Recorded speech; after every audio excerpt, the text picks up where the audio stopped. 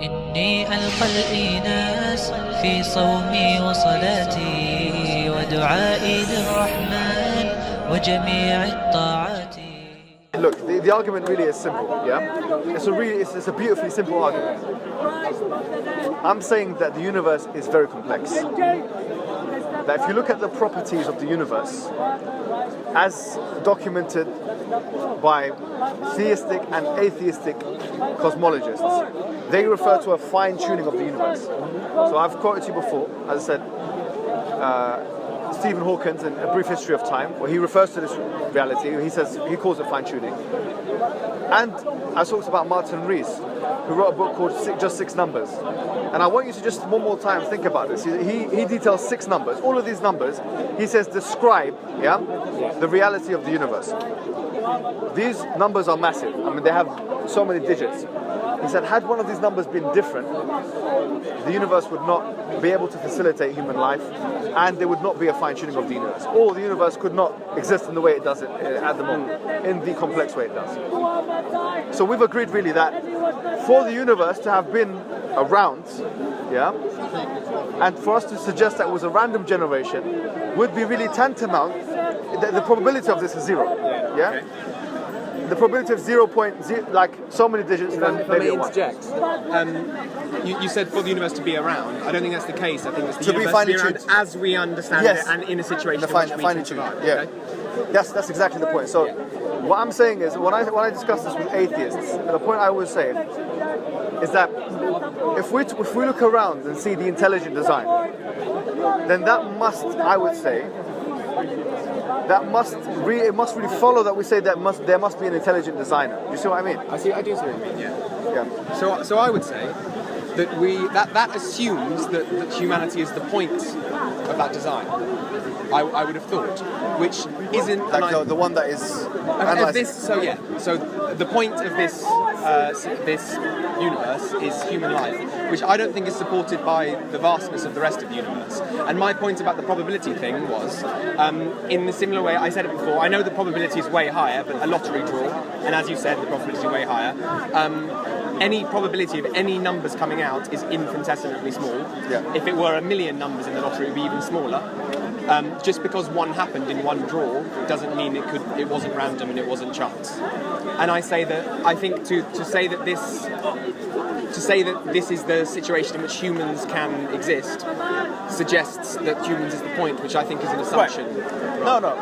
So you're saying that because my argument rests on the fact that a human being is the sentient creature who is looking around himself and coming to conclusions. And you're saying really it doesn't fit the bill to suggest that this human being is the only sentient creature perhaps in the vastness of the universe. No, not necessarily. I'm saying that were things slightly different, one of the 6 numbers slightly different, yes, everything could have been different, and that's fine. It doesn't require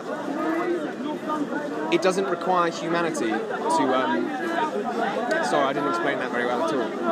I'm saying that humans being alive is no evidence that things couldn't have been different. Yeah, no, I don't disagree with your point there. I mean, I'm not talking about, look, when we talk about human beings, we are talking about biological creatures, physiological creatures, psychological creatures, in the context of the cosmos, yeah? My argument is about the cosmos. It's an argument based on like the natural world we see around us. Human beings are the creatures which basically, as we are doing now, we can't get around it. Consider the universe. We're considering it, the universe, or analysing, evaluating the universe, trying to find out how we fit into the universe. So really what I'm saying is, when we do that, we realise that there's an incredible pattern here. Had it been different, there would not have been a fine-tuning, according to the physicists and cosmologists. And we couldn't exist. And human life, or life wouldn't exist. Do you see what I mean? I don't think that doesn't necessarily follow. I think human life wouldn't exist. Or any life. I don't think that necessarily follows. Go on. There's no reason to think that there aren't many other probabilities. That's not what I'm saying, by the way. These are the references. I mean, these are the physicists that you're referencing.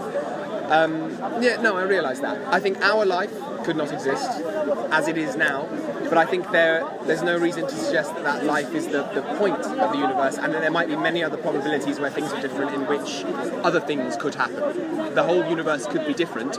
Just because it happened this way is not evidence to suggest that someone chose this way. No, well, it happened this way, and this way facilitated human life. Yeah. Had it not happened this way, yes, human life wouldn't be facilitated. So what I'm saying, had the numbers been different, we wouldn't be around to talk about this. Yeah. So the fact that you've got such a probability that suggests that the universe couldn't be in a random generation is really an evidence, is a testament to the reality that the universe could not have been a random generation. You see what I mean? I see what you're saying, but I would reject it for the same reason, because you're saying that if things were otherwise, we wouldn't exist. We do exist, therefore someone tuned those conditions. Something designed those conditions. Yeah. So now, I'm saying that the universe. One more time. So say that one more time. So you're saying. So my understanding of what you said is that if everything were different, then we couldn't exist. Yes. Because we do exist, it suggests an intelligent tuning of those circumstances. No. What? Let me just tweak the argument. Not because we do exist, because the conditions, the conditions in the cosmos allowed humans to exist. Right. Which is a little bit different. So we don't need to exist, right? But the conditions were such that it can facilitate human beings living on planet Earth or any other planet. Do you see what I mean? Yeah. So that is what I'm talking about. So I'm not talking here about the philosophical reality of human being. I'm talking about the physical reality of the universe. You see what I mean? Yeah. So this argument is strictly a mathematics / physics argument, you could say. Yeah. Looking at nature around you and deducing that it's probabilistically almost, as we said, impossible for this to be a random generation. And you agreed with that? No, not necessarily. I think this is one result of a million different probabilities, more than a million different probabilities of those six numbers. So you were talking about multiverse theory? No, not again. No, sorry, I said not again because I said it last time. I don't mean that at all. I mean that, similar to the lottery draw, a lottery draw with a million numbers, each one of them would be ludicrous. That each universe, there was a million universes? No, I'm saying there's one lottery draw. Okay, with so a million one universe. Numbers. One lottery draw. The probability of it coming out in any order was infinitesimally small. Yes. But that doesn't imply that someone fixed the draw. That just means the probability was... Do you see what I'm saying? Yes. So I'm not saying there were a million draws in multiverse. I'm saying a single draw was improbable. So do you want to live your life? Yeah? I mean, really. This is my question, because you seem like a reasonable person, honestly. I like your argument. It makes sense. I like yours. It's one of the better ones I've heard. Thank you. But it's a very simple argument. What I was saying is that what I've heard that you've just said now is that the universe, really you compared it to a lottery ticket.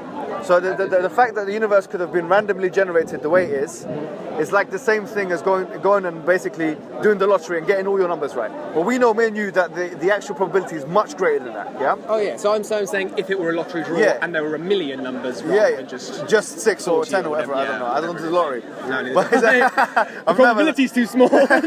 But you see, you see the point? Yeah. But you're living your life. Yeah. Okay, think about this, please, yeah? You're living your life as an atheist, suggesting that very thing, that there was a big lottery number of a million numbers, not just 12, yeah? And that someone guessed all of those numbers right. That's tantamount to what you believe in. I guess so, yeah. Yes, okay. Now, do you see that... I'm not, sorry, if I may just quickly, someone guessed. I'm saying that a draw happened. Yes. And so just because the draw... Organs. Sorry? Organs have guessed it. It's 10 times the power 500. Organs have guessed it and said that the calculation for it is 10 times 500 that being a mistake. Yeah.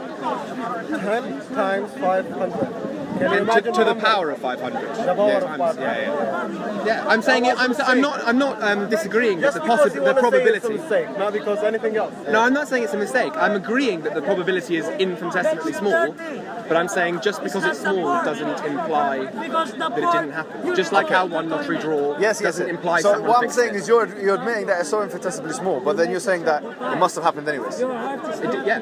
Okay. But isn't that quite? Sorry, but you're an intelligent guy. Yeah. isn't that quite ridiculous? Because wouldn't it be more appropriate here to say, instead of believing in a lot, you know, it's really like this. If I have a big bag, yeah, of a billion letters, different letters, and I throw it, yeah, and it becomes like Shakespeare. Shakespeare's Macbeth. Monkeys and is there. typewriters. Do you know what I'm saying? Yeah. Now, if I said I got a big bag here of 1 billion letters, I'm going to throw it on the streets. Yeah? I'm going to do it right now. 1 second. Let me throw it. And then it actually becomes Macbeth. Would you Macbeth and maybe Hamlet as well, and you know, Romeo and Juliet and all of it in order, and you know the way he said it, word for word, letter for letter. You know, it would not be something you would put your money on, right? No, but I would say if you did throw the same bag of letters, any combination in which they landed is as probable as it landing in Shakespeare's order. Even if it's random, any order. Yeah, but that's not what I'm saying. So I'm saying, so to believe that if I threw it and it becomes Hamlet. I'm not saying we don't make sense either. Yes. So you wouldn't take this kind of probability. No, but I would. You wouldn't put your life on this, would you? What, it resulting in Hamlet? Yeah. No, of course not. You would not. No. So, okay, if you wouldn't put your life on it, so why are you putting your afterlife on it? Because what you're doing is you're implying that we are as designed and detailed and complicated as Hamlet. And I reject that idea. I'm saying as a purpose, you mean? And I've just used the probability kind of. Yeah, no. But what I'm saying is when you throw the sack of letters, it's going to land in an order. And each one of those orders makes sense. No, it doesn't make sense, not necessarily. Oh, it could land in a random order, and each one, any order it could land in, the probability is very small. Yes. But it did land in one of them, just like our universe did exist. Yeah, no, but that's not an argument against what I'm saying at all. Do you see what I mean? No, do you know why it's not? Tell me. Let me tell you why it's not. If I say to you, look, the lottery numbers are, 12, 15, 9, 6, 4, 5, 6, 8. But then, someone says it could have been 1, 3, 4, 9, 7, 8, 9. And the probability of it being this and this is like this. And so it's the same. But it doesn't mean, I'm not talking about the fact that they've all got the same probabilities. I'm saying, what's the probability of the numbers being this? Right. Do you see what I'm saying? Yeah. I don't care about the rest of the probability. I'm just talking about one variable here, which is the universe. So it's very small. Fine-tuned. The fact that in the first instance, that all of the probabilities were the same, of it landing in whatever sequence, doesn't negate the fact that the probability is so small of it landing on a particular sequence. Yeah. So I'm talking about the particular. This particular, which is the universe here, in this analogy, according to, as we said, cosmologists and physicists, the probability of it being a random generation is infinitesimally small. Yeah. So we have to think to ourselves now, how did the universe come to be what it is? Now we have 2 or 3 different options. One option is to maintain that it was a random generation, which is, as we said, a ridiculous, kind of like impossible option. I don't accept that. Okay, forget the word ridiculous. But I would say almost impossible. We agreed, yeah? For it to be random, and facilitate human life. No, it's almost impossible that it did end up like this. Yes. That doesn't mean it's impossible that it was random. No. Yeah, so I'm saying that I'm saying the probability of any result was as tiny as this result. Okay, but we're talking about, of the things that we're talking about is fine-tuning of the universe, yeah? So I'm saying that what is the probability that the universe was fine-tuned for any human life or any life to exist? And we're saying that the probability of that reality, which would mean that we as human beings are here. From Big Bang, they've studied it, and they did this study, and they say there might be like the only solution they have now. Even believe in God or believe there's other planets like our planet, and this probability is large number, 16 million. Yeah. Zeros, man, zeros. To have a probability, we have same planet like ours, and we don't have. Just because they don't want to believe there is a God, there is creation. If the world was created 1 second faster than it is, we wouldn't have a planet. If it was like late 1 second, we wouldn't have a planet. So we would have had something else. You've got 3 choices, yeah? I'm saying we would have anything. No, we wouldn't. But something else would have happened. No, it could have been imploded upon itself. That's the point. What he said is an interesting point. But that's as improbable as anything else. Yeah. As us being. What I'm saying is, so you've got this probability randomness. It either suggests that it was a random generation, which is tantamount to believing in impossibilities.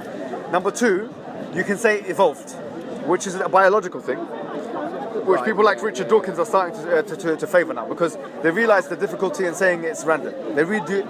atheists realize the difficulty in saying that the universe was a random generation. People like Richard Dawkins come in and actually have started to posit a theory where the universe evolved. Now, biology and physics are two separate sciences. He's a biologist. He's superimposing his field onto another field. There is no evidence whatsoever that the universe was evolved. So we couldn't use that as an argument unless we found evidence for it. The third thing is to suggest that there was an intelligent designer that had the creative potential to change the situation and to align the universe the way it's been aligned. Now, what I'm saying is that this, of the three choices that we have, is the most logical, rational, choice that we can go for. Do you see what I mean? So you're saying that intelligent design of those three options is the most... Yeah. I do see what you're saying, and I think it's a really strong argument. But for me, I think you're too soon to dismiss the random thing for the same reasons I've said before. And then if I was to ask you another question... 2016, we reach everywhere. Yeah, but I was going to say another point. Which was, so you've got the infinitesimally random, but then you've got another problem as well. The question is, we know, right, from the empirical reality that 0 plus 0 can never equal 1. In other words, something can never come from nothing. You see what I mean? So we've got a problem here, one problem. It's more Shakespeare, it's King Lear. Nothing can come from nothing, we keep talking about Shakespeare. First we'll talk about Hamlet, then Romeo and Juliet, now King Lear. But what I was going to say to you really was 0 plus 0 can never equal. The Quran says, in chapter number 52, verse number 36, it says, أَخُلِقُوا مِنْ غَيْرِ شَيْءٍ أَمْ هُمُ الْخَالِقُونَ. Have they been created from nothing? Or are they themselves the creators of themselves? So in other words, would you maintain that we or the universe came from nothing? I kind of maintain that it's a null question because I believe that time started at the same time the universe started. So to say what was there before doesn't make sense because there was no time to be before if that makes sense. In philosophy, there are two theories of time. There's the A theory of time and there's the B theory of time. The A theory of time suggests that before the universe there was time. Yes? And that this was linear, etc. The B theory of time doesn't suggest the same notion. For you to now say that there wasn't time before the universe, what is required from you is evidences. Do you see what I mean? So can you provide? Yeah, I think so. Go. There is a theory that says everything has a reason. Everything in this world has a reason. If this tree went up because of the reason, because of the water, because of the looking after. So he's saying every effect has a cause, basically. Yeah. And this So my has a reason. This is the first thing you would ask yourself. So my evidence for the idea that time is not linear is that it changes dependent on other things like position in space and speed. Yeah, but that's in the context of the universe. Yeah. So we're talking about something which is outside of the context of the universe, which we have no knowledge of. Sorry. Oh, as in before the universe. Yeah. So because we are limited as human beings to the five senses, and empiricism is limited to those five senses. But when you come out of the universe, you've got a completely different context. Would I not say that Which we don't know. the nothing that can come from nothing argument is an excellent one? Yes. But does not extend similarly to God. If nothing can, then God created the universe, which is fine. But then where did God come from? It's a nice argument. I was happy that you said that. I would say that it was necessary for there to be a deity or an entity, right? Because deity has religious connotations. It was necessary for there to have been an entity that was the first. Can that entity not be the universe? Pardon? Can that entity not be the universe? I'm just saying that entity had to have certain qualities which we've discussed before. We're talking about the fine-tuning. Design and Intelligence, the creative capacity to change the situation, etc. I see. Remember when you said to me, can you prove God according to the Quran? I was completely honest with you. I said that, there's so many attributes of God in the Quran, Al-Wadud, the loving, the merciful, Ar-Rahman, Ar-Rahim, the great, most gracious, the most... I cannot deductively prove each of those, In fact, we believe that this is something which cannot be proven from the intellect. That it has to be taken from the text. But there are some things, some of God's attributes, like His ilm or His knowledge, like His qudra or His strength or His ability to change, that we can conclude are deductible. You see what I mean? I see what you mean. So I'm not saying to you that, look, what I said to you here was that the ones or the attributes that we can conclude safely are rational, concludable things. You see? Is that God is all knowing, or God has knowledge, has enough knowledge to change the situation, that He had the creative capacity to change that situation, and yes, that He had the ability as well to do that. Now this was all required, and He was the first. That He was the first, and then there was nothing before Him. These are the attributes of God we can confirm. I would say, surely, again, nothing can come from nothing. If that argument is acceptable. Now we say that God was always there. But now I could say that the universe was always there. But that's something which is unscientific. Not really. The singularity. Because the singularity, it posits that the universe had a beginning. At the same time had a beginning. Yeah, but it still had a beginning. So we know, because of the fact that the universe is expanding, that the universe must have had a beginning. Therefore, the universe was not the first thing that was in existence, because there must have been something before the universe. Now the question is, therefore, was there nothing before the universe? Because if there was nothing before the universe, then you're saying 0 plus 0 equals 1. If we're not saying that there must have been, so we're saying there must have been something before the universe. What was that thing? But must there have been something before God?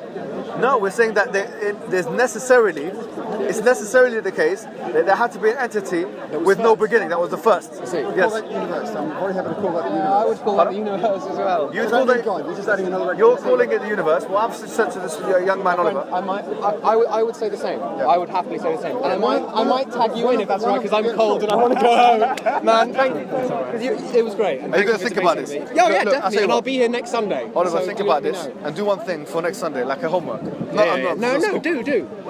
Read the Quran. And we actually have several in our house. Yeah, go read. You know what? I'll tell you where to read as well. Yeah, because it's related. Yeah. Read from chapter 50. Yeah. To chapter 57. And then I'll come back and I'll talk to you. And you come back and talk to me. No, don't read it from chapter 1. Read it from chapter 50. Chapter 50 to chapter 57. That will take you about 15 minutes. Yeah, 20 minutes to read. Thank you very much. Yeah. Thank you very much. I'll come back next Sunday and we'll talk again. That's right.